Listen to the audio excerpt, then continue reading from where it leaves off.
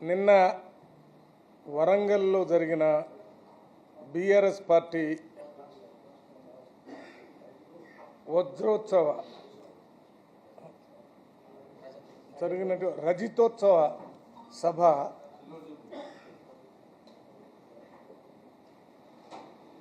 పూర్తిగా ఫెయిల్ అయిందని నిన్న జరిగిన మీటింగు ప్రజల ప్రతిస్పందన కేసీఆర్ గారు మాట్లాడిన విధానాన్ని బట్టి ఆ మీటింగ్ ఫెయిల్ అయిందని నేను చెప్తున్నాను. ఆ మీటింగ్ మొదటి నుంచి చివరి దాకా నేను టీవీలో చూడటం జరిగింది. ఆ మీటింగ్ పెట్టడం ద్వారా కాంగ్రెస్ పార్టీ ప్రభుత్వానికి, కాంగ్రెస్ పార్టీ సానుభూతి పరులు, ఎమ్మెల్యేలు, ఎంపీలు, మంత్రులు అందరికీ వారి కాంగ్రెస్ ప్రభుత్వం చేస్తున్నటువంటి అభివృద్ధి సంక్షేమ కార్యక్రమాలు ప్రజలకి అందుతున్నాయని, ప్రజలు సంతోషంగా ఉన్నారనే విషయాన్ని మేము చెప్పటం కాకుండా కేసీఆర్ గారే మీటింగ్ పెట్టి ప్రజలకి తెలియజేసేటటువంటి అవకాశాన్ని మాకు కల్పించాడు. అందువల్ల నిన్న జరిగినటువంటి మీటింగ్లో ఎప్పుడో 4-5 గంటల నుంచే మీటింగు, డయాస్ అంతా ఉన్నా కూడా ఆ మీటింగ్లో ఒకే వ్యక్తి మాజీ ముఖ్యమంత్రి కేసీఆర్ గారే రావాలా, ఆయనే మాట్లాడాలా, ఆయనే చూస్తున్నారు, ఆయనే ముఖ్యమంత్రి కావాలని కోరుకుంటున్నారు, ఇదంతా చరిత్రాత్మకమైన అవసరమని కేటీఆర్ గారు గత 1 నెల నుంచి చెప్తూ వచ్చారు. ఎక్కడైనా ప్రజలు కేసీఆర్ గారు చెప్పిన మాటలకి ఆయన 1కి 10 సార్లు అవునా కాదా, అవునా కాదా అంటే ఎవరు కూడా సరిగా రెస్పాండ్ కాలేదు. ఏదో బీఆర్ఎస్ నాయకులు గ్రామంలో అసెంబ్లీలలో వెహికల్స్ పెట్టి డబ్బులు ఇచ్చి తీసుకొని రావటం వల్ల ఆ మీటింగ్కి వచ్చారు తప్ప వారికి ఏదో ఇబ్బంది అవుతుంది, ఆ ఇబ్బందులు తీర్చడానికి కేసీఆర్ గారు వచ్చాడనేది ఎక్కడా కనపడలేదు. ఆయన ఒక మాట చెప్పాడు, ఆయన ప్రభుత్వంలో బాగా చేశామని, కాంగ్రెస్ ప్రభుత్వం చేయలేదని.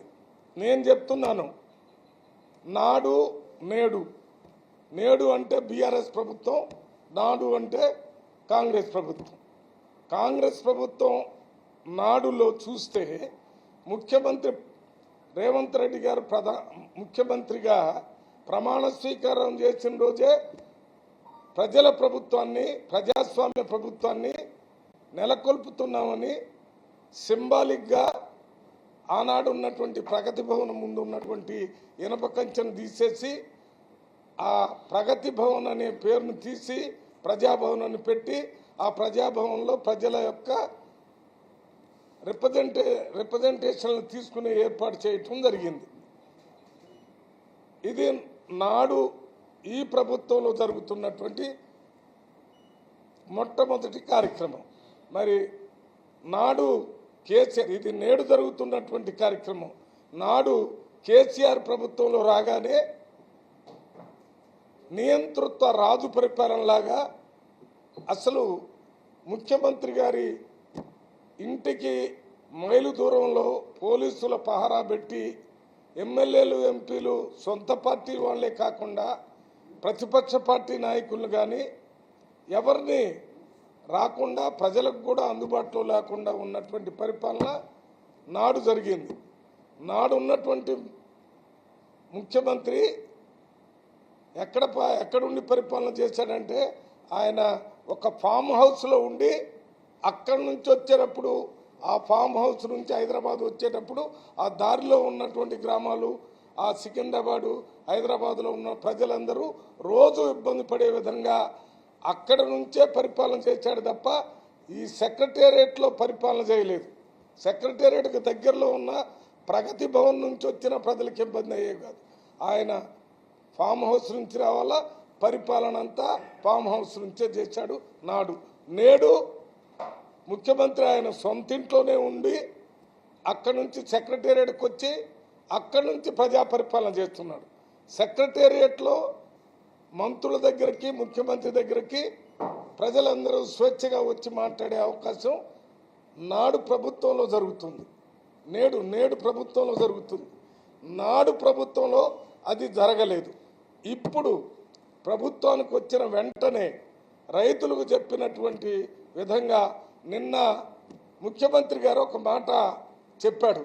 రైతులకు 2 లక్షల రూపాయల అప్పు మాఫీ చేస్తున్నాడు, చేయలేదు కదా అని అడిగితే ఎవరు ప్రజల దగ్గర నుంచి ఎవ్వరూ రెస్పాన్స్ ఇవ్వలేదు. 2 లక్షల రూపాయలు మాఫీ చేస్తానని చెప్పిన మాట ప్రకారం 21,000 కోట్ల డబ్బులు ఒకేసారి రైతుల అకౌంట్లో వేసినటువంటి ప్రభుత్వం నాడు నడుస్తుంది. ఈరోజు నడుస్తున్నటువంటి ప్రభుత్వం ఆ పని చేసింది. అది చేయలేదని ఆయన చెప్తే ఎవరు నమ్మలేదు, చేయలేదని చేతులు ఊపలేదు. 25 లక్షల మందికి ఇవ్వటం జరిగింది. ఎక్కడైనా 2 లక్షల మందికి రాకపోతే అది సాంకేతిక కారణాలతో కాలేదనేది వారికి కూడా ఇవ్వటానికి 2 లక్షల వరకు ప్రభుత్వం సిద్ధంగా ఉందని ప్రజలందరికీ తెలుసు.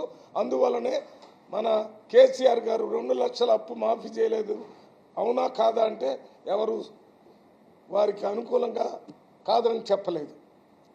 దాని తర్వాత ఈ ప్రభుత్వం ఏమీ చేయలేదు అని అవునా కాదా అంటే ఎవరు రెస్పాన్స్ ఇవ్వలేదు. ప్రజలందరికీ తెలుసు. రైతులకి వారి కాలంలో 10,000 ఇస్తే కాంగ్రెస్ పార్టీ 15,000 ఇస్తారన్నారు, ఏమీ ఇవ్వటం లేదంటే ఎవరు రెస్పాండ్ కాలేదు. వారు 10,000 ఇస్తే ఇప్పుడు 12,000 రైతు భరోసా ఇస్తున్నాం. వారి కాలంలో నిరుపేదలకి రూపాయి ఇవ్వలేదు. ఇప్పుడు ప్రభుత్వం నిరుపేదలకు 12,000 సంవత్సరానికి ఇస్తుంది. ఆ ప్రభుత్వంలో మీరు 2 గదుల ఇళ్ళు కట్టిస్తారన్నారు, మీరు కట్టించలేదు.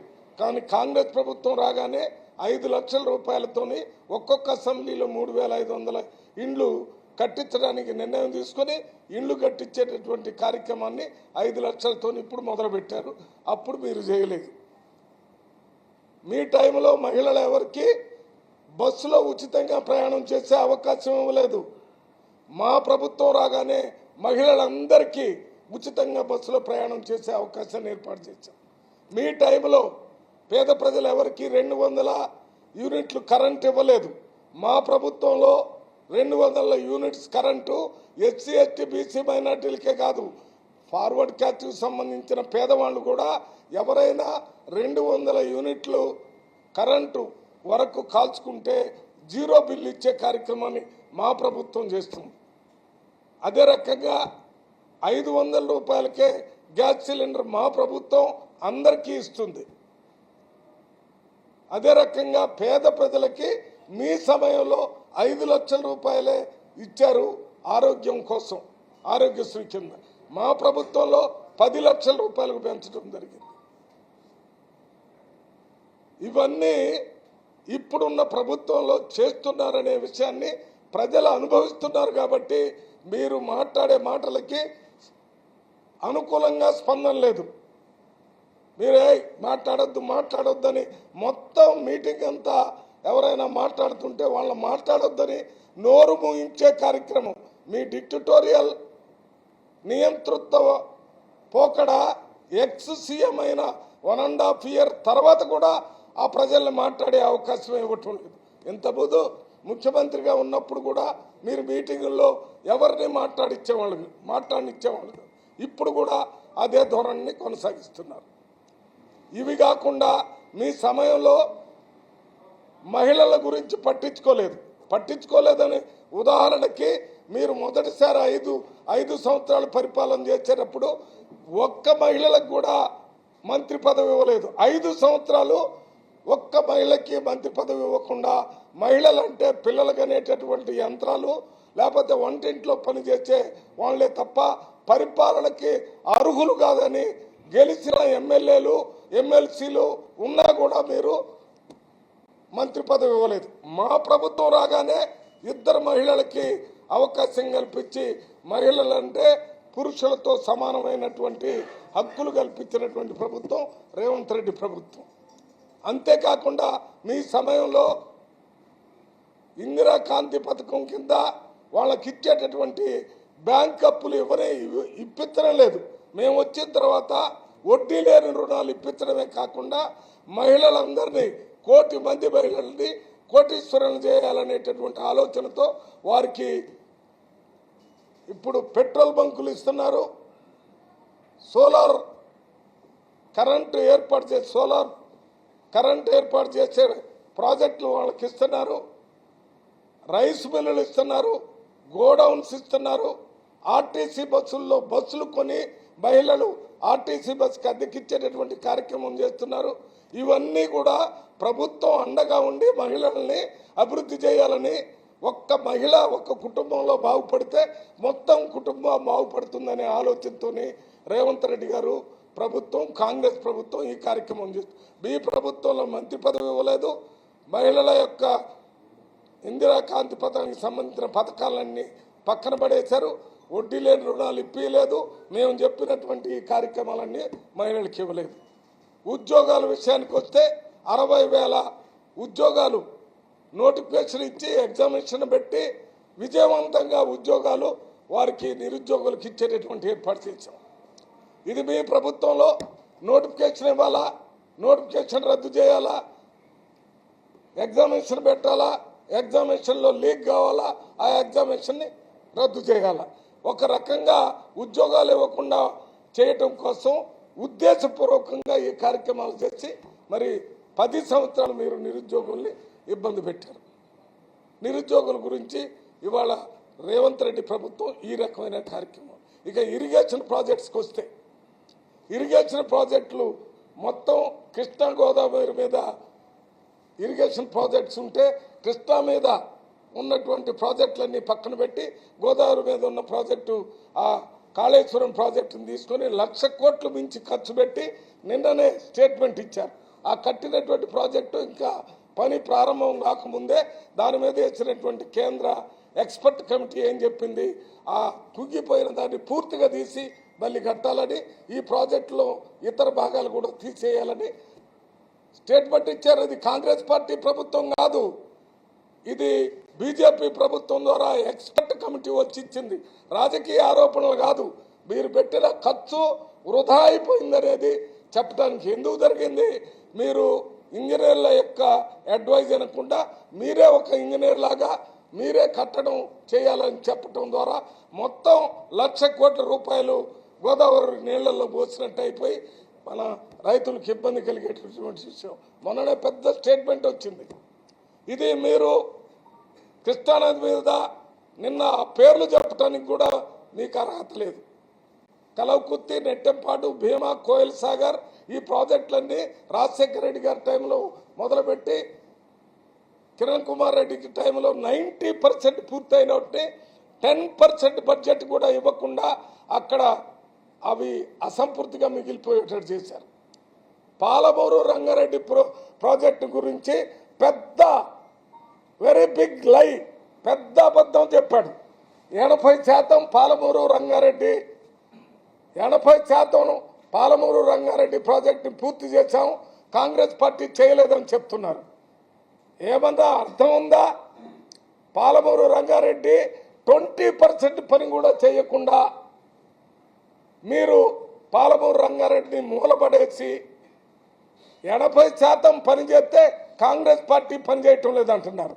కాంగ్రెస్ పార్టీ ప్రభుత్వంలో రాగానే మొత్తం మహబూబ్నగర్ జిల్లాలో ఉన్న lift irrigations Palamuru Rangareddy project మీద ఒక రివ్యూలు 2-3 రివ్యూలు పెట్టి irrigation minister, chief minister, deputy chief minister, ఆ జిల్లా మంత్రులు, ఎంపీలు, ఎమ్మెల్యేలు అందరం కూర్చొని బడ్జెట్ రిలీజ్ చేస్తామని, గ్రీన్ ఛానల్ ఏర్పాటు చేస్తామని, త్వరగా పూర్తి చేయాలని, కలవకుర్తి, నెట్టెంపాడు, భీమా, కోయల్ సాగర్, ఆర్డీఎస్, పాలమూరు రంగారెడ్డిని తీసుకోవాలని, అదే రకంగా గోదావరి మీద కూడా రివ్యూ చేసి ఇరిగేషన్ ప్రాజెక్టులకి ప్రాధాన్యత ఇవ్వాలని చెప్పినటువంటి ముఖ్యమంత్రి రేవంత్ రెడ్డి గారు. మీ టైంలో మాయ మాటలు చెప్పారు తప్ప పని జరగలేదు.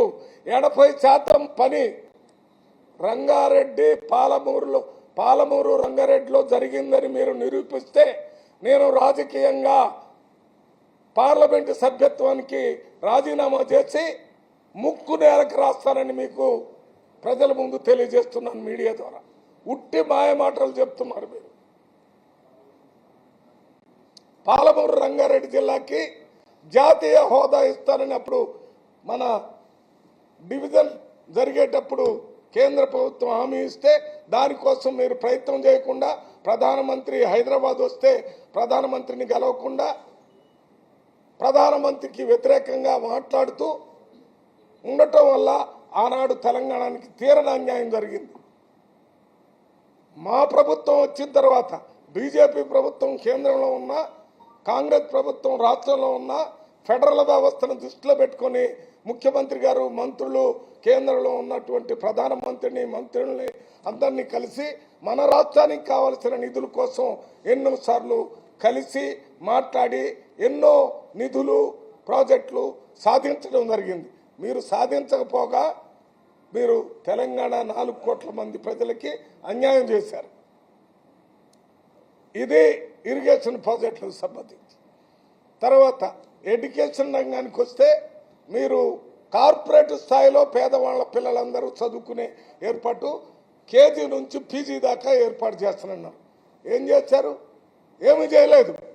కానీ ఇప్పుడున్నటువంటి ముఖ్యమంత్రి పేద పల్లెల పిల్లలు చదువుకోవటానికి 58 సమీకృత గురుకుల పాఠశాలల్ని ఒక్కొక్క పాఠశాలకి 25 ఎకరాల భూమిలో 200 కోట్లతో కట్టిస్తూ ఆ స్కూల్లో 2000-6000 మంది విద్యార్థులు, ఎస్సీలు, ఎస్టీలు, బీసీలు, మైనార్టీలు, ఎకనామికల్లీ వీకర్ సెక్షన్ పిల్లలు ఒకే హాస్టల్లో ఉండే విధంగా ఏర్పాటు చేస్తున్నారు. ఇక్కడ విద్య ప్రపంచ స్థాయి విద్య, ప్రపంచ స్థాయి ఆట స్థలాలు, ప్రపంచ స్థాయి స్కూళ్ళు, ప్రపంచ స్థాయి ఆహారము ఏర్పాటు చేయడానికి 11,000 కోట్ల రూపాయలు శాంక్షన్ చేశారు. ఇది సామాజిక న్యాయం. తెలంగాణ రాష్ట్రం ఇవ్వటానికి ముఖ్యమైన కారణం సోనియా గాంధీ గారు తెలంగాణలో 85% ఎస్సీ, ఎస్టీ, బీసీ, మైనార్టీ, బలహీన వర్గాలు ఉన్నారు. వీళ్ళకి తెలంగాణ రాష్ట్రం వస్తే న్యాయం జరిగిద్దని చెప్తే మీరు అధికారంలోకి వచ్చి 10 సంవత్సరాలు ఉండి మీరు, మీ కుటుంబం బంగారంగా మారే విధంగా చేశారు తప్ప ఒట్టి మాటలతో బంగారు తెలంగాణ అని చెప్పి ఎస్సీ, ఎస్టీ, బీసీ, మైనార్టీలకి పిల్లలకు కానీ వారికి కానీ న్యాయం చేయలేదు. ఇవాళ ప్రభుత్వంలో ఈ పాఠశాలలు ఏర్పాటు చేయటమే కాకుండా 7 లక్షల మంది SC, ST, BC, minority, economically backward పిల్లలు చదివే హాస్టల్లో ఉన్న వాళ్ళకి 40% మెస్ ఛార్జీలు పెంచారు మా ముఖ్యమంత్రి. మీరు 10 సంవత్సరాలు పెంచలేదు. 200% కాస్మెటిక్ ఛార్జెస్ పెంచారు 700 మంది విద్యార్థులకి. మీరు పెంచలేదు. ఇది బలహీన వర్గాలకు సంబంధించినటువంటి ఇంక్లూజివ్ గ్రోత్ కోసం, సోషల్ జస్టిస్ కోసం ఈనాడు చేసినటువంటి ప్రభుత్వం. ఇంతకంటే ముఖ్యంగా ముఖ్యమంత్రి తెలంగాణలో ఈ 1.5 సంవత్సరంలోనే తెలంగాణలో క్యాస్ట్ సెన్సెస్ కులగణన చేసి ఆ కులగణన లెక్కలన్నీ అసెంబ్లీలో పెట్టి 42% రిజర్వేషన్ బీసీలకు ఇస్తామని, ఒకవేళ ఈ చట్టాన్ని ఢిల్లీలో పార్లమెంట్లో పాస్ చేయకపోతే రేపు జరిగేటటువంటి ఎన్నికల్లో 42% కాంగ్రెస్ పార్టీ తరఫున ఇస్తానని చెప్పి ప్రధానమంత్రిని కలవటానికి ప్రతిపక్షాలను తీసుకొని కలుస్తానని చెప్పినటువంటి ముఖ్యమంత్రి రేవంత్ రెడ్డి మీరేం చేశారు? మీరు 10 సంవత్సరాలు పరిపాలన చేసినప్పుడు మీరు ముఖ్యమంత్రి, మీరే బీఆర్ఎస్ పార్టీ అధ్యక్షులు, మీ కుమారుడు దానికి వర్కింగ్ ప్రెసిడెంట్, మీ అల్లుడు మంత్రి, మీ కూతురు ఎంపీ, ఇంకొక అల్లుడు ఎంపీ, ఇంకో అల్లుడు ఎంపీ. ఇవి తప్ప ఇంక్లూజివ్ గ్రోత్ ఎందుకు చేయలేదు? సోషల్ జస్టిస్ ఎందుకు చేయలేదు? మీరెందుకు క్యాస్ట్ సెన్సస్ చేయలేదు?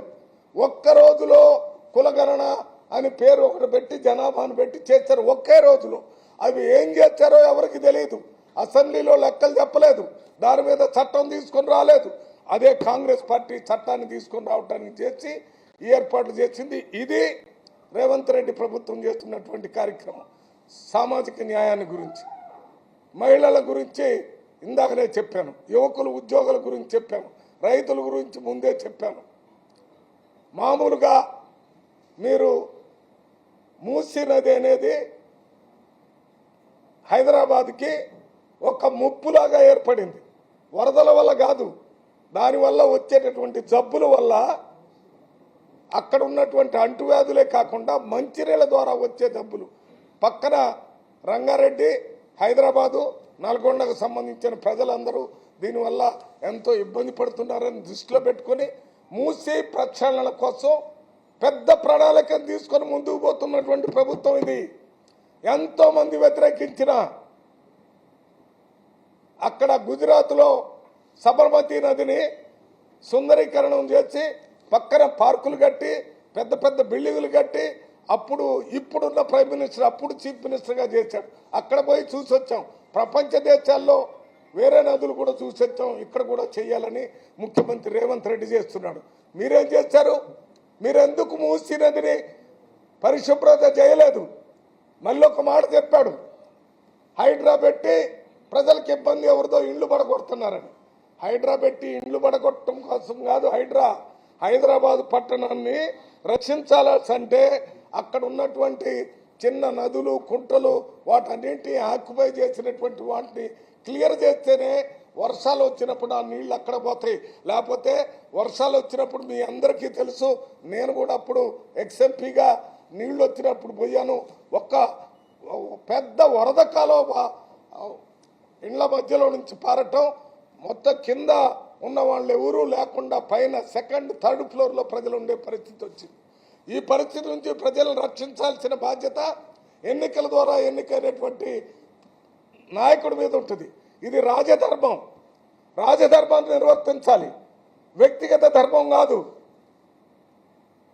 అందువల్లనే హైడ్రా పెట్టి అది చేశారు, మూసీని పెట్టి ఇది చేస్తున్నారు. ఇది కాకుండా మీరు 10 సంవత్సరాలు పరిపాలన ఉన్నప్పుడు ఎస్సీ ఎస్టీ సప్లాను కాంగ్రెస్ ప్రభుత్వం అంతకుముందు కిరణ్ కుమార్ రెడ్డి గారు ఉన్నప్పుడు తీసుకొచ్చారు. ఆ సప్లాన్ ప్రకారం అన్ని మినిస్ట్రీలకు సంబంధించిన బడ్జెట్ని ఎస్సీ ఎస్టీల కోసం మాత్రమే ఖర్చు పెట్టాలి అని చెప్పి ఒక ప్లాన్ తీసుకొని వస్తే అదేమీ ఖర్చు పెట్టకుండా మాయమాటలు చెప్పి ఎన్నికలు వచ్చేటప్పుడు దళిత బంధు అనే ఏదో 10 లక్షల రూపాయలు ప్రణాళిక ఏమీ లేకుండా అదొకటి మొదలుపెట్టి అమలు చేయనటువంటి మీ ప్రభుత్వం ఆ రకంగా SC corporation, ST corporation, BC corporation, minority corporation పేరుకు మాత్రమే కార్పొరేషన్లు ఉన్నాయి కాబట్టి, కానీ నిధులు విడుదల చేయలేదు. ఇప్పుడు రేవంత్ రెడ్డి ప్రభుత్వంలో 6,000 కోట్ల రూపాయలు మొన్ననే విడుదల చేసి 5 లక్షల మంది నిరుద్యోగులుగా ఉన్నటువంటి SC corporation, ST corporation, BC, minority, economically weaker section సంబంధించిన యువకులకి లోన్స్ 50,000 నుంచి 4 లక్షల వరకు ఇచ్చి 6,000తో పాటు బ్యాంకు లింకు పెట్టి ఓన్లీ 20% మాత్రమే బ్యాంకు అప్పిచ్చేటట్టు, 80% ప్రభుత్వం సబ్సిడీ ఇచ్చేటట్టు, అంటే 9,000 కోట్ల రూపాయలతో ఇవాళ 5 లక్షల మందికి ఉద్యోగాలు వచ్చేటటువంటి కార్యక్రమం ఈ రేవంత్ రెడ్డి ప్రభుత్వం చేస్తుంది. ఇది ఊరికే పేపర్ మీద చెప్పడం కాకుండా ఇప్పటికే అప్లికేషన్లు తీసుకోవటం అయిపోయింది.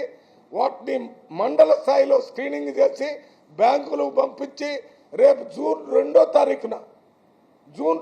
తారీఖున తెలంగాణ రాష్ట్రం ఏర్పడ్డ రోజున 5 లక్షల మందికి అప్పులు శాంక్షన్ చేసిన ఆర్డర్స్ని తెలంగాణ రాష్ట్రం మొత్తంలో ప్రభుత్వమే ఇచ్చే ఏర్పాటు చేస్తుంది. ఇదే రేవంత్ రెడ్డి కాంగ్రెస్ ప్రభుత్వం చేస్తున్నటువంటి కార్యక్రమం. ఇది పనిచేసే ప్రభుత్వం, మీది మాటలు చెప్పే ప్రభుత్వం,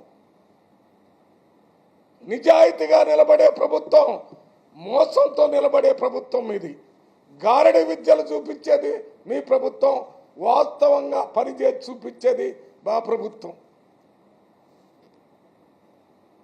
ఇంకా చెప్పాలంటే ఎన్నో చేశాం. మీరు ప్రభుత్వంలో ఉన్నప్పుడు పోలీసుల గురించి నిన్న మాట్లాడారు. నిన్న మాట్లాడేటప్పుడు పోలీసులు జాగ్రత్తగా ఉండాలా, పోలీసులంతా ప్రభుత్వం చెప్పినట్టు వింటున్నారు, మేమే ప్రభుత్వంలోకి వస్తున్నాం, మీ సంగతి చూస్తున్నాం. ఏం మాట్లాడుతున్నారు కేసీఆర్ గారు? ఒక్కసారి వెనక్కి తిరిగి చూసుకో. మీరు ముఖ్యమంత్రిగా అయిన తర్వాత మేము కాంగ్రెస్ పార్టీ కానీ ప్రతిపక్ష పార్టీలో ఉన్న సిపిఐ సిపిఎం కానీ బీజేపీ కానీ ఎవరైనా ఒక్క పబ్లిక్ మీటింగ్ పెట్టుకునే అవకాశం ఇచ్చారా? మీరు మీటింగ్ పెడతారంటే అనుమతి ఇచ్చేవాళ్ళు కాదు. పెడతారంటే ఆ రోజు రాష్ట్రంలో ఉండే నాయకుల్ని హౌస్ అరెస్ట్ చేసేవాళ్ళు, జిల్లాలో ఉన్నటువంటి ఆ పార్టీకి సంబంధించిన నాయకుల్ని ఆ మండల స్థాయి పోలీస్ స్టేషన్లో పెట్టేవాళ్ళు. ఎవరైనా బయలుదేరి వస్తుంటే దారిలో అరెస్ట్ చేశారు. ఆయన ఒకరోజు ఉద్యోగాలు ఇవ్వటం లేదని మీటింగ్ పెట్టుకుంటానంటే కోదండరాం గారిని రాత్రి 3 గంటలకు పోయి కిటికీలు పక్కలు కొట్టి ఆయన్ని బయటికి లాగి పోలీసుల ద్వారా అరెస్ట్ చేసిన మీరు కాంగ్రెస్ ప్రభుత్వం పోలీసులను ఉపయోగించుకుంటుందా? కాంగ్రెస్ ప్రభుత్వం పోలీసులు శాంతి భద్రతల వరకు మాత్రమే, వారికి రాజకీయాలతో వారికి సంబంధం లేదు. మీటింగ్లు పెట్టుకోవటం స్వేచ్ఛగా ఉంది. మొన్న ఎక్కడో ఒక దగ్గర హరీష్ రావు గారు మన కెనాల్లో కొంతమంది చనిపోయారంటే పోతారంటే పోనిచ్చారు అక్కడికి. అదే శ్రీశైలంలో జరిగినటువంటి ఒక దుర్ఘటన చూడటానికి నేను రేవంత్ రెడ్డి గారు పోతుంటే కారులో అరెస్ట్ చేసి పోలీస్ స్టేషన్లో పెట్టి సాయంత్రానికి వదిలిపెట్టారు. మేము మీటింగ్లు పోవాలంటే మా ఇంటి దగ్గర 10 సార్లు హౌస్ అరెస్ట్ చేశారు, 20 సార్లు గాంధీ భవన్లో గేట్ దగ్గర అరెస్ట్ చేశారు. మేము సోషల్ మీడియాలో ఏదో చేశామని మా సోషల్ మీడియా వాళ్ళందరి మీద కేసులు పెట్టాడు. నా మీద ఇంకా హైకోర్టులో కేసు ఉన్నది. ఏం చేస్తున్నారు మీరు పోలీసులను ఉపయోగించుకొని పరిపాలన చేయాలని చూశారు.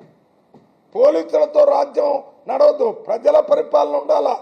రాజ్యాంగం ప్రకారం పోలీసులు శాంతి భద్రతలు చూసేటటువంటి ఒక ముఖ్యమైన అంగం. ఏ ప్రభుత్వం ఉన్నా పోలీసులు ఉంటారు, కానీ పోలీసులకి వారి బాధ్యత ఏంటో అది చేయటమే తప్ప రాజకీయాల్లో వాళ్ళు ఇంటర్ఫీర్ కాకూడదు. మీ ప్రభుత్వం మొత్తంలో పోలీసుల ద్వారా ప్రతిపక్షం వాళ్ళు నోరు తెరిస్తే కేసు, మీటింగ్ పెడితే చేయకుండా చేశారు, హౌస్ అరెస్ట్ చేశారు, దారిలో అరెస్ట్ చేశారు, పోలీస్ స్టేషన్లో పెట్టారు. ఇన్ని రకాలుగా పోలీసుల్ని మీరు ఉపయోగించుకొని ఇవాళ కాంగ్రెస్ పార్టీ పోలీసుల మీద వ్యతిరేకంగా ఏదో పోలీసుల్ని ప్రభుత్వానికి వ్యతిరేకంగా చేసుకుని అనుకూలంగా చేస్తున్నారని చెప్తున్నారు. ప్రజలందరూ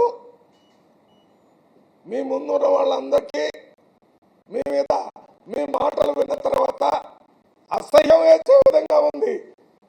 నిజం చెప్పాలా, ఏం జరుగుతుందో మీరు వదిలిపెట్టారు. పోలీసులు ఏం చేస్తున్నారు? రేవంత్ రెడ్డి గారికి ప్రభుత్వాన్ని నడపడం రావటం లేదంట. ప్రభుత్వాన్ని నడపడం రావటం లేదంటే ఏంటి? మీలాగా ఫామ్ హౌస్ లో కూర్చొని అక్కడికే డీజీపీని, అక్కడికే చీఫ్ సెక్రటరీని, అక్కడికే ప్రిన్సిపల్ సెక్రటరీని పిలిపించి మాట్లాడటం ప్రభుత్వాన్ని నడపటమా? నేను చెప్పినట్టు ప్రజల తరపున విధానపరమైన నిర్ణయాలు తీసుకొని ప్రజలకు అనుకూలంగా పరిపాలన నడపటమా? ఏ రకంగా ప్రభుత్వం కాంగ్రెస్ పార్టీ విలన్ అని చెప్తున్నాడు? మాట్లాడేదానికి ఏమన్నా బుద్ధి ఉండాలా? మాట్లాడటానికి బుద్ధుండే మాట్లాడుతున్నావా?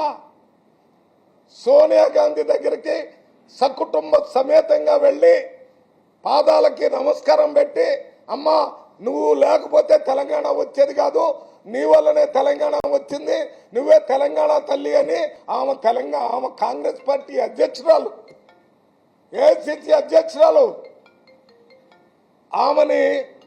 ఆమె పార్టీని విలనంటున్నావు అంటే ఒక రకంగా నువ్వు సోనియా గాంధీని విలనంటున్నావు. నిన్నేమనాలా?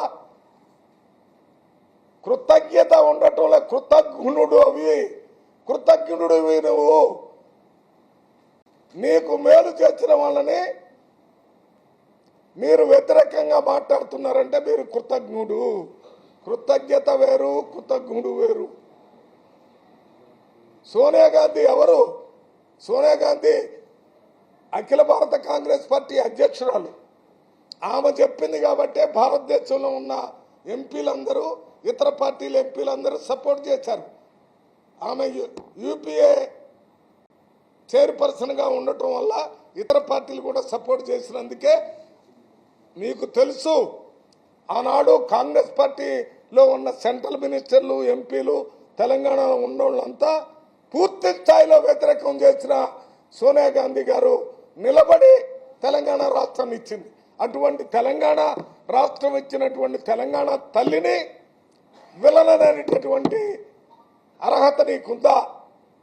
అసలు నేను నమ్ముతారా ప్రజలు ఎవరైనా? Congress party villain, Congress party తప్పుడు పనులు చేసి, నేను ఇప్పుడు చెప్పిన పనులన్నీ తప్పుడు పనుల. రేవంత్ రెడ్డి గారు వచ్చి 1.5 సంవత్సరాల్లో ఇన్ని పనులు చేసిన తప్పుడు పనుల. అసెంబ్లీల గురించి మాట్లాడేటప్పుడు సొల్లు మాట్లాడే మాటలు వినటానికి నేను అసెంబ్లీలోకి వస్తానని అంటున్నాం. అంటే అసెంబ్లీలో మాట్లాడేదంతా సొల్లా? అసెంబ్లీని అవమానపరుస్తున్నాం. అత్యున్నతమైనటువంటి ఒక పంచాయతీ ఆఫీస్ లాంటిది అది రాష్ట్రానికి. ఆ రాష్ట్రంలో ఎవరు గెలిచినా ప్రజల ద్వారా గెలిచినటువంటి వాళ్ళే అక్కడికి వచ్చి ఉంటారు. అది ప్రతిపక్ష ఎమ్మెల్యేలు కానీ, అధికార పార్టీ ఎమ్మెల్యేలు కానీ, అందరు ఎమ్మెల్యేలు ప్రజల ద్వారా గెలిచి అక్కడికి వచ్చినటువంటి అసెంబ్లీని అవమానపరుస్తున్నామంటే మీరు మానసికంగా సరైన స్థానంలో లేరు, మానసికంగా డిస్టర్బ్ అయ్యారు. అందువల్లనే నువ్వు అసెంబ్లీలో సొల్లు మాట్లాడుతున్నావు. నువ్వు మాట్లాడితే కరెక్టు, మీరు చేస్తే సంసారం, వేరే వాళ్ళు చేస్తే వ్యభిచారం. అంటే పచ్చ కామర్ల రోగం వచ్చిన వాడికి మొత్తం ప్రపంచం అంతా పచ్చగానే కనపడింది. ఇప్పుడు అధికారాన్ని కోల్పోయి ఉన్నటువంటి మన కేసీఆర్ గారికి మొత్తం పచ్చగానే, మొత్తం తప్పుగానే కనపడుతుంది. అసెంబ్లీ కూడా తప్పుగానే కనపడుతుంది. దానికి క్షమాపణ చెప్పాలా?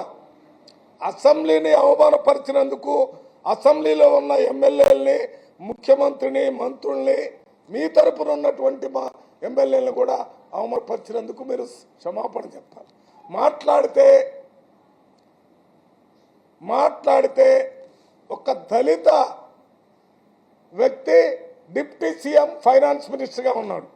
ఇవాళ ఆయన మాట్లాడిన మాటలన్నింటిలో ఎక్కడ చూసినా ఆ దళితుడిని ఏ రకంగా అవమానపరచాలనేదే కనపడుతుంది.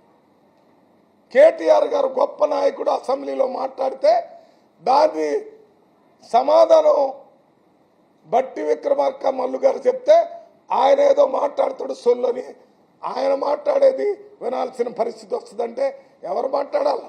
మొత్తం అసెంబ్లీలో దొరలు మాత్రమే ఉండాలా? పెత్తందారులు మాత్రమే ఉండాలా? ఇది ప్రజాస్వామ్యం. మెరిట్ ద్వారా, ఎన్నికల ద్వారా ఎన్నికైనటువంటి వాళ్ళే ఉండాలి తప్ప పెత్తందారులు, ఫ్యూడల్స్ రాజ్యం పోయింది. రాజ్యాంగం అంబేద్కర్ గారు రాసినప్పుడే చెప్పాడు, భారతదేశంలో కులంతోని, మతంతోని, ప్రాంతంతోని, భాషతోని సంబంధం లేకుండా ప్రతి ఒక్కరికి సమానమైన హక్కు కల్పించాలని రాజ్యాంగం ఇచ్చింది. అందువల్లనే ఇవాళ ఎస్సీలు, ఎస్టీలు, బీసీలు, మైనార్టీలు, భారతదేశంలో పుట్టిన ప్రతి ఒక్కడు పరిపాలకుడుగా పైకొచ్చారు. మేము ఎవడో దాక్షిణ్యం మీదనో ఇక్కడ ఎంపీలు కాలేదు, ఎమ్మెల్యేలు కాలేదు. ప్రజలు ఎన్నిక చేస్తే పరిపాలన చేయడానికి వచ్చాం. మమ్మల్ని అవమానిస్తూ పోతే మీకు మొన్న పార్లమెంట్లో వచ్చిన 0 కంటే ఈసారి 00, 000 వస్తాయి. మీకు ఎందుకు మీ పార్టీ కోటేయాలో ఒక్క మాట చెప్పలేదు. మీరు ఏం చేశారో కూడా చెప్పలేదు. అన్ని చేయని ఎస్టీలకు 12% రిజర్వేషన్ ఇస్తున్నారు, మైనార్టీకి 12% రిజర్వేషన్ ఇస్తున్నారు. వాళ్ళని నిలువునా మోసం చేసి ఇవ్వలేదు. దళితులకి, గిరిజనులకి ఒక్కొక్కళ్ళకి 3 ఎకరాల భూమి ఇస్తారన్నారు, ఇవ్వలేదు. 2 గదులు ఇస్తారన్నారు, ఇవ్వలేదు. ఇవన్నీ ఇవ్వకుండా మోసం చేశారు. 1 లక్ష రూపాయల అప్పు మాఫీ చేస్తారని 4 కిస్తీలు వేసి 5 సంవత్సరాలు మాఫీ చేశారు. మీరా ప్రజలను మోసం చేసింది? మేమా? మీ పార్టీయా మోసమైన పార్టీ? కాంగ్రెస్ పార్టీయా? కాంగ్రెస్ పార్టీ 100కి 100 పాళ్ళు ప్రజల పార్టీ, ప్రజల సమస్యల్ని విని తెలుసుకొని ప్రణాళికాబద్ధంగా పరిపాలన చేసేటటువంటి ప్రభుత్వం. అందువల్లనే నిన్న మీటింగ్ పెట్టి కేసీఆర్ గారు కాంగ్రెస్ పార్టీకి, రేవంత్ రెడ్డి ప్రభుత్వానికి మేలు చేశాడని నేను చెప్తున్నాను. ఆయన మాట్లాడిందంతా అత్యంత నీరసంగా, ఏమి చెప్పడానికి వీలు లేకుండా ఒక నియంతలాగా అంత పెద్ద మీటింగ్ పెట్టారంటున్నారు కదా. అందులో నీకంటే ముందు మాట్లాడే ఒక్క నాయకుడు లేడా? మీ సొంత కొడుకు ఏంటైనా వర్కింగ్ ప్రెసిడెంట్ ఆయన మాట్లాడలేదు. మాజీ మంత్రి హరీష్ రావు మాట్లాడలేదు. మీ కూతురు కూర్చొని ఉంది, తప్పట్లు కొడుతుంది, ఆమె మాట్లాడటం లేదు. చాలామంది మహిళా నాయకురాళ్ళు ఉన్నారు, వాళ్ళని మాట్లాడలేదు. చాలామంది దళిత నాయకులు డయాస్ మీద కూర్చున్నారు, వాళ్ళని మాట్లాడలేదు. చాలామంది గిరిజనులు కూర్చున్నారు, వాళ్ళని మాట్లాడలేదు. మీ ఉప ముఖ్యమంత్రిగా ఉన్న నాయకుడు ముస్లిం కూర్చున్నాడు, ఎవరు మాట్లాడటానికి వీల్లేదు. మీరు ఒక్కరే మాట్లాడాలి. ఆ ఒక్కరు మాట్లాడేది కూడా ప్రజలు తిరస్కరించారు. ఇప్పటికైనా నిర్మాణాత్మకంగా మీరు ఏదైనా మీ అనుభవంతో 10 సంవత్సరాలు పరిపాలన చేశారు, ఇవి చేయండి అని చెప్పండి. అవి చేయడానికి మేము సిద్ధంగా ఉన్నాం. అవి చేయడానికి ప్రజాస్వామ్య పరిపాలనలో తప్పు జరగకుండా పరిపాలన చేయటం ప్రజాస్వామ్య పరిపాలన కాదు. తప్పు జరిగితే వెంటనే సరిదిద్దుకొని పరిపాలన చేయటానే ప్రజాస్వామ్య పరిపాలన అంటారు. మీ టైంలో మీరు మాట్లాడటం తప్ప ప్రజలు మాట్లాడేది లేదు, భక్తులు మాట్లాడేది లేదు, ఎమ్మెల్యేలు మాట్లాడేది లేదు, ఎంపీలు మాట్లాడేది లేదు, ప్రతిపక్షం మాట్లాడలేదు. మా టైంలో మేము ప్రజలు మాట్లాడేది వింటాం, ఎమ్మెల్యేలు మాట్లాడేది వింటాం, ఎంపీలు మాట్లాడేది వింటాం, ప్రతిపక్ష నాయకులు మాట్లాడేది వింటాం. అప్పుడు మేము మాట్లాడతాం. 80% ప్రజల తరపున ప్రజాప్రతినిధులు వింటాం, 20% మీరు మాట్లాడతాం. మీరు 90% మీరే చెప్పాలా, 10% ప్రజలు మాట్లాడతారు. ఇది ప్రజాస్వామ్యం కాదు, మీది పూర్తి ప్రజాస్వామ్య వ్యతిరేక ప్రభుత్వం, వ్యతిరేక పార్టీ అని చెప్పడానికి నిన్న జరిగినటువంటి మీటింగ్లో మీరు ఎవరిని మాట్లాడలేదు. కాబట్టి మీది నియంత్రిత పరిపాలన. మా మీటింగులు జరిగినప్పుడు రేవంత్ రెడ్డి ముఖ్యమంత్రి ఉన్నా, రాహుల్ గాంధీ గారు వచ్చినా, మా దగ్గర ఉన్న నాయకులందరూ మాట్లాడిన తర్వాత ఫైనల్గా వాళ్ళందరూ మాట్లాడతారు. అదే ప్రజాస్వామ్య ప్రభుత్వం.